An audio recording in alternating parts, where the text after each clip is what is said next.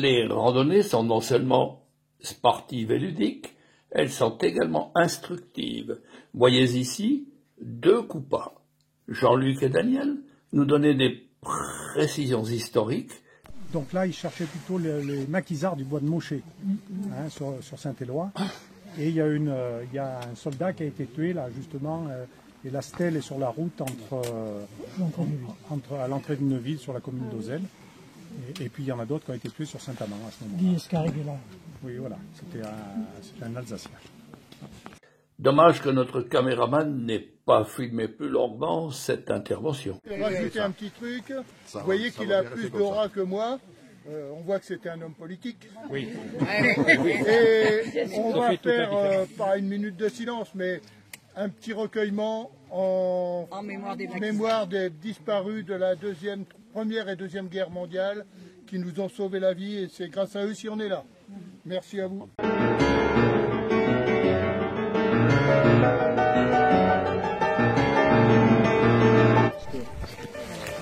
Moi j'habite en gros, on habite à 3 km en traversant le Graffon. Et qu'est-ce que c'est? Non, ça a été racheté par des particuliers. Je ne sais pas où ça en est, c'était des gens de la région nantaise, plusieurs familles qui avaient maintenu chez nous notre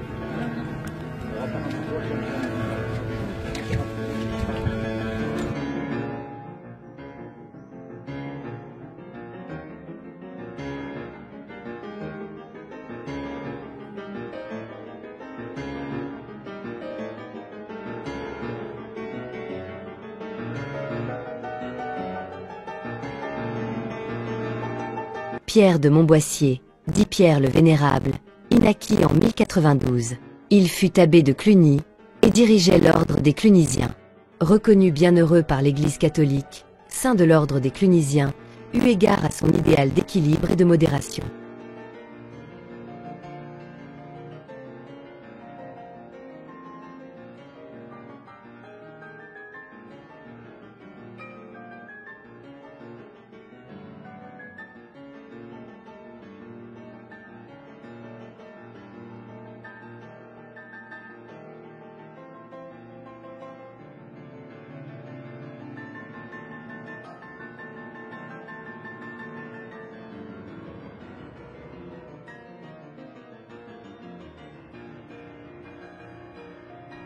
Je ne résiste pas à vous faire revoir mon amie la Clémentine, nous faire un tour dans l'histoire d'un Montboissier.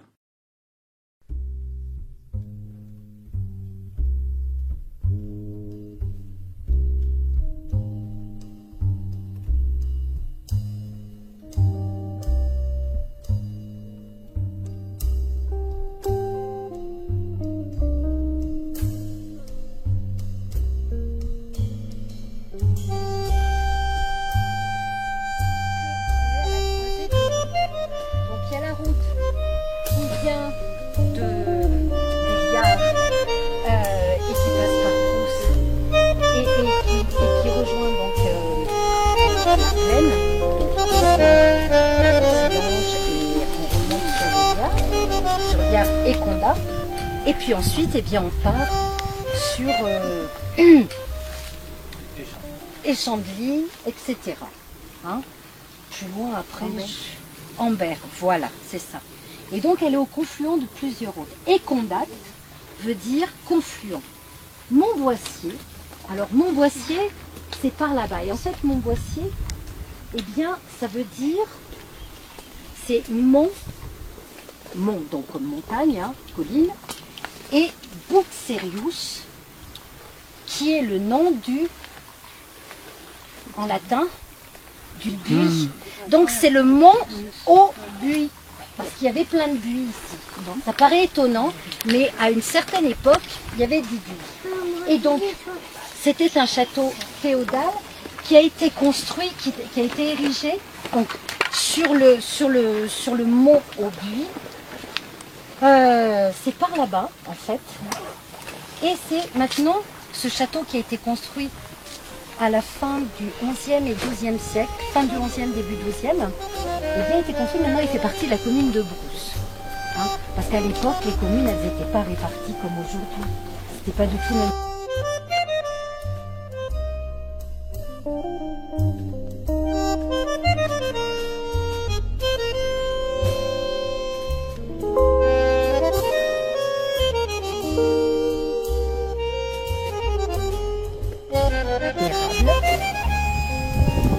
Ringarde était la mère de Pierre le Vénérable, qui était l'abbé de Cluny. Donc, en fait, c'était vraiment quelqu'un de très, très important. Ringarde, à la mort de son mari, Maurice, qui a d'ailleurs été enterré à Sauxillanges, parce que Sauxillanges était la nécropole des princes, en tout cas des seigneurs, des environs. Et il a donc été enterré à Sauxillanges. Et à sa mort, Ringarde a décidé de se vouer à la vie religieuse. Et elle est devenue, ses enfants l'appelaient la bienheureuse. Alors bienheureuse, on est bien heureux et bien heureuse, c'est juste avant la sainteté. C'est quelqu'un qui vraiment était très, c'était presque une sainte, qui était vraiment dévouée aux gens et qui avait une forte spiritualité. Et elle est entrée au couvent de Marcigny. Et là, vous savez, quand on est dans un couvent, enfin, vous savez peut-être pas, moi je l'ai appris, mais parce que bon, maintenant on n'entre plus au couvent beaucoup, eh bien, on a des fonctions. Hein. Et alors, ce qui est quand même assez drôle, c'est que cette Ringarde, la fonction qu'elle a occupée au couvent de Marcigny, c'était la fonction de Marthe. Vous savez ce que c'est la fonction de Marthe? C'est la fonction d'intendante, de cellière. D'intendante, elle était intendante Marthe.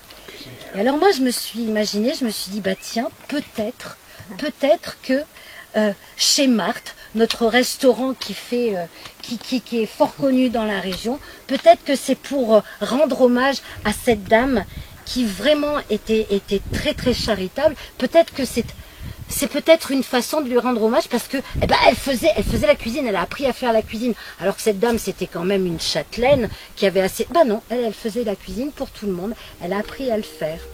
Et donc chez Marthe, eh bien, c'est un... Je me suis dit peut-être que c'est en souvenir de cette Ringarde. Mais je pense pas. Mais moi j'ai trouvé quand même ça intéressant.